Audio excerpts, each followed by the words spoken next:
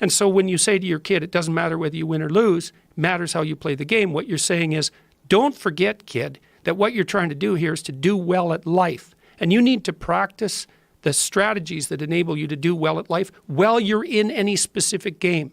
And you never want to compromise your ability to do well at life for the sake of winning a single game.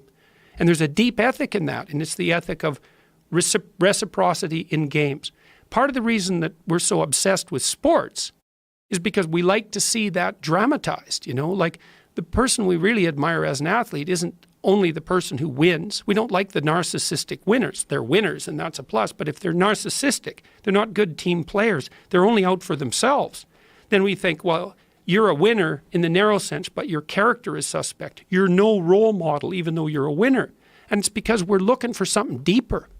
We're looking for the manifestation of character that allows you to win across the set of possible games. And that's a real thing. That's a real ethic. It's a fundamental ethic. I think what you're pointing out that's very important is we're searching for the person who's got it all nailed. Someone who tries their hardest but is also honest enough about the circumstances to not cry foul when it's gone the other person's way. Yeah, well, that's part of resilience. It's right. Like, look, you're not going to win it. You're not going to score on every shot. Right. Doesn't mean you shouldn't take the shots. Doesn't mean you shouldn't try to hit the goal. But part of being able to continue to take shots is to have the strength of character to tolerate the fact that in that instance you weren't on top. It's more trivial in games than it is in fights. And it's also, the response is much more negative from the fans if you lose a fight and complain about it. It's ruthless because they understand that you've made a huge character error. Yeah, so why do you think it's more important in fights than it is in games? Why do you think it's because even highlighted the consequences there? are so grave. Because you recognize that the high is much higher and the lows are much lower. To lose a basketball game sucks, but it's nothing like losing a fight. There's no comparison. It's not even close. So what do you think it is that damages the fighter if he complains about losing? Why is that a mistake? Why do the fans respond so negatively to that? Because they know. They know that you lost. They know that you're complaining for no reason and you're not a hero. They want you to be better than them.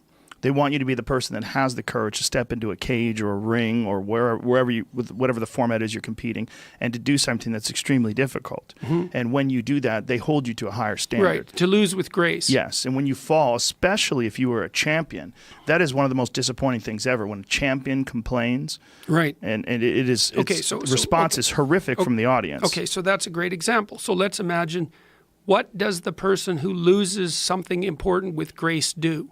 And the answer is fairly straightforward. He accepts the defeat and thinks, okay, what is it that I have left to improve that will decrease the possibility of a similar defeat in the future? Yes. Right? So what he's doing is, because the great athlete and the great person is not only someone who's exceptionally skilled at what they do, but who's trying to expand their skills at all times. Yes. And the attempt to expand their skills at all times is even more important than the fact that they're great to begin with, because the trajectory is so important. More important in particular to the audience. It's extremely important to the audience because you are the person who's competing. You are expecting them to live out this life in a perfect way or in a much more powerful way than you're capable of. Yes, and so part of that is the skill because they put in the practice, but part of that also is the willingness to push the skill farther into new domains of development with each action. And that's really what people like to watch, right? They don't like to watch a perfect athletic performance. They like to watch a perfect athletic performance that's pushed into the domain of new risk. They want to see both at the same time. You're really good at what you do and you're getting better. Okay, so you lose a match, which is not any indication that you're not good at what you do. You might not be as good as the person who beat you.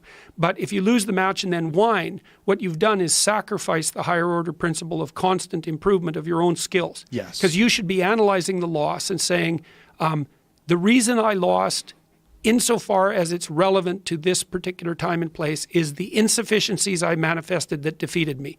And I need to track those insufficiencies so that I can rectify them in the future. And if I'm blaming it on you or the referees or the situation, then I'm not taking responsibility and I'm not pushing myself forward. And so then you also take the meaning out of it. Like one of the things I've been doing on my tour, people are criticizing me to some degree for saying things to people that are obvious. Well, first of all, it's not like I didn't bloody well know they were obvious.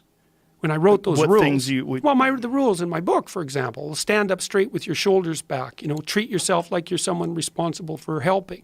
It's like, I know perfectly well that those can be read as cliches. The question is, a cliche, let's say, is something that's so true that it's widely accepted by everyone. Well, but we don't know why it's true anymore. And so the issue that we're talking about here, or the issue of being a good sport, we need to figure out why that's true. And the reason that it's true is that you're trying to push your development farther than you've already developed at every point in time. And that's the proper moral attitude. So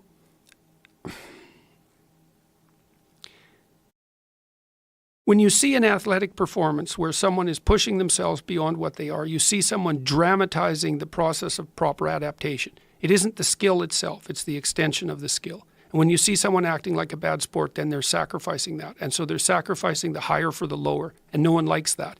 In the fights, it's got to be, see, the question is, that's the thing I can't quite figure out, is why that would be even exaggerated in a fight situation.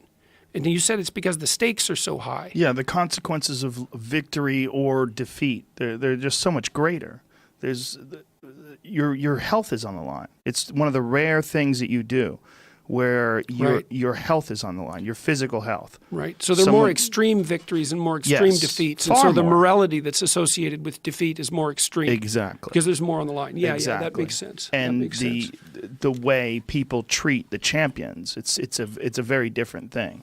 It's the respect and adulation that a champion receives it's the pinnacle of sports in terms of the love from the audience. When someone wins a great fight, there's nothing like it. And this is one of the reasons why these people are willing to put their health on the line, because that high, the high of victory, and it's not just a victory. It's who was it?